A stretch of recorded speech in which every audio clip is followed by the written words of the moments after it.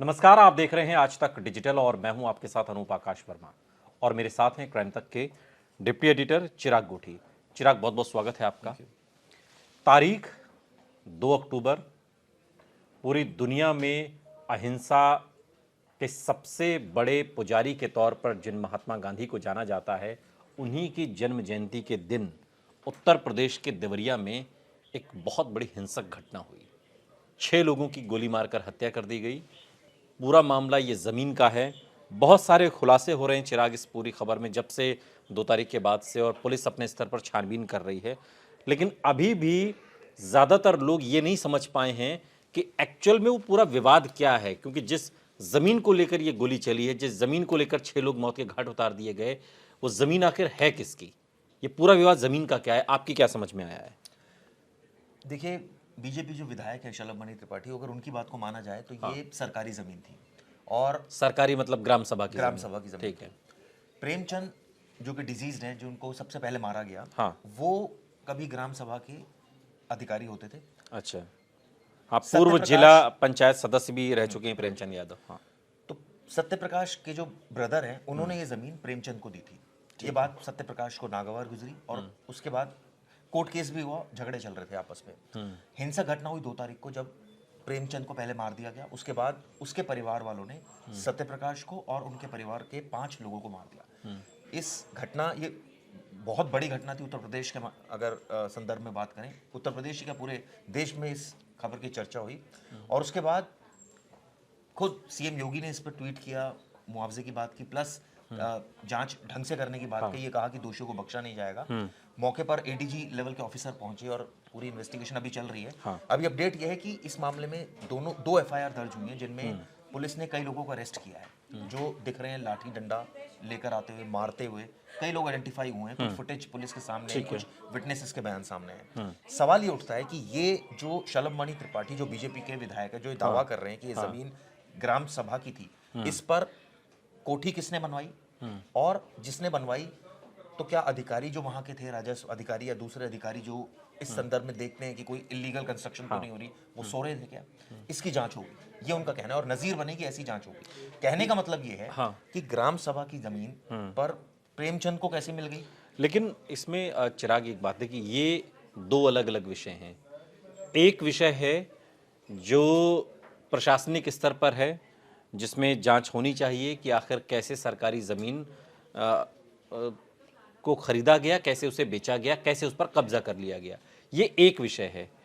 लेकिन जो क्राइम हुआ है, जो हत्या हुई, ये तो दूसरा विषय है ना। ये बात सही है कि उसके तार उसी से जुड़े हुए हैं, मगर ये 2 अलग अलग तरीके का क्राइम है।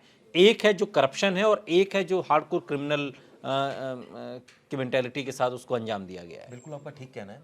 ये इलीगल कंस्ट्रक्शन तो चलिए अलग चीज हो गई, लेकिन जो क्राइम की बात है, एक पक्ष को यानी सत्य प्रकाश को ये लग रहा था कि ये मेरी जमीन है, जिसको दे दी गई प्रेमचंद को।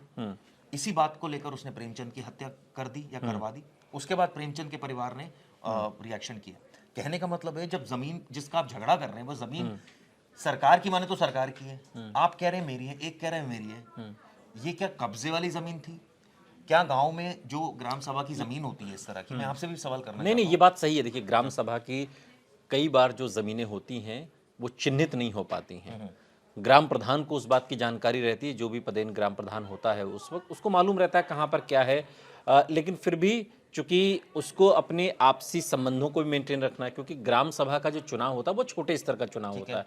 उसमें वो सभी के जीवन मरण में हमेशा अवेलेबल रहने वाले रहते हैं। वो किसी से बिगाड़ नहीं करना चाहते। मान लीजिए किसी ने कब्जा कर लिया, किसी फला आदमी ने, अब उसके घर में मान लीजिए 25-30 वोट हैं, तो वो अपना 25-30 वोट क्यों खराब करेगा? क्योंकि यहाँ तो एक एक वोट कीमती है।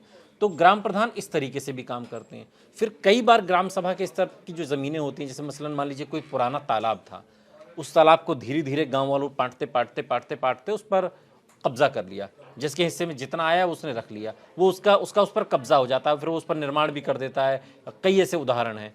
बाद में मान लीजिए कोई आरटीआई उस पर लगाए कि भाई यहाँ कितने तालाब हैं, कितनी ज़मीनें, तो वो उसको चिन्हित करे, वो उस पर, वो एक अलग तरीके की प्रक्रिया है। लेकिन हकीकत में गांवों में ऐसा होता है। तो यहाँ पर भी क्या इसी तरीके की स्थिति बन गई, जिसके बाद 6 लोग मौत के घाट उतार दिए गए? ऐसा लग रहा है, क्योंकि सरकार के जो नुमाइंदे हैं, जो विधायक हैं, वो इस तरह की बात कह रहे हैं, और योगी सरकार के ये कहा जाए कि पावरफुल एमएलए हैं जो कह रहे हैं कि भाई ये सरकारी जमीन थी, इस पर प्रेमचंद ने कैसे आलीशान मकान बना लिया और राजस्व अधिकारी से लेकर दूसरे अधिकारी क्या सो रहे थे, उसके बाद इसको लेकर झगड़ा हो रहा है। आप सोचिए, अब कोर्ट केस कर रहे हैं। अब जब कोर्ट में मामला जाएगा तो कोर्ट तो पहले ये पूछेगा ना, भाई जमीन है किसकी? सत्य प्रकाश क्लेम कर रहा है मेरी है, सत्य प्रकाश का भाई क्लेम कर रहा है मेरी है, प्रेमचंद कह रहा है मेरी है, सरकार कह रही है हमारी है। जमीन है किसकी?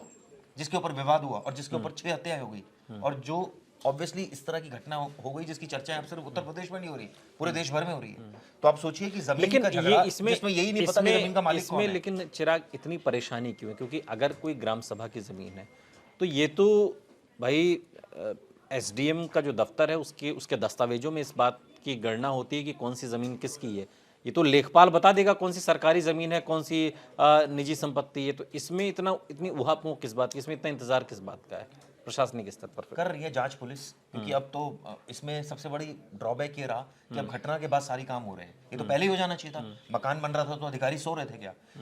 जब कब्जा किया जा रहा था तो अधिकारी सो रहे थे क्या? अब जरूर होगा कार्रवाई, क्योंकि अब यहाँ 6 मौतें हो गई हैं। अब प्रेशर है सरकार के ऊपर, अब जरूर कार्रवाई होगी। अब जो भी इसमें लोग होंगे दोषी, उनके खिलाफ कार्रवाई होगी, चाहे वो अधिकारी हो।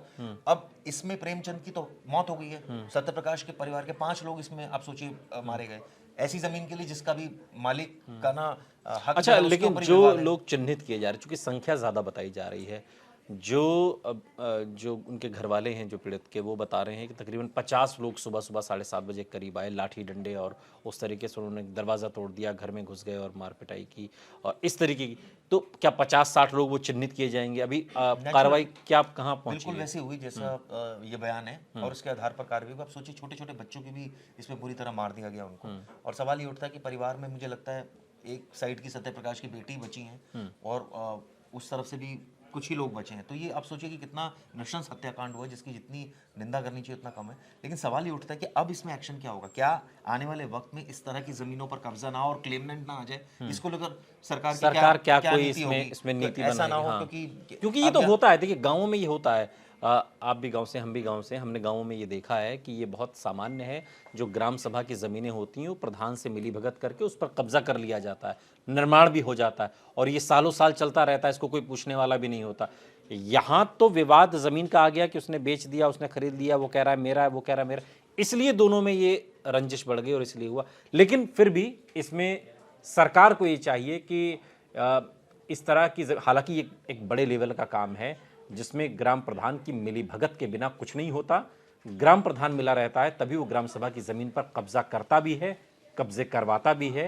देवरिया के इस हत्याकांड में कम से कम ये बात साफ तौर पर नजर आती है कि ग्राम सभा की एक जमीन थी जिस पर कब्जा हुआ, जिसे बेचा गया, जिस पर सारा विवाद था और इस विवाद में 6 लोग मौत के घाट उतार दिए गए।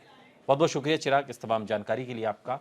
यहाँ रुक रहे हैं लेकिन आप कहीं जाइएगा नहीं, बने रहिए हमारे साथ, देखते रहिए आज तक डिजिटल।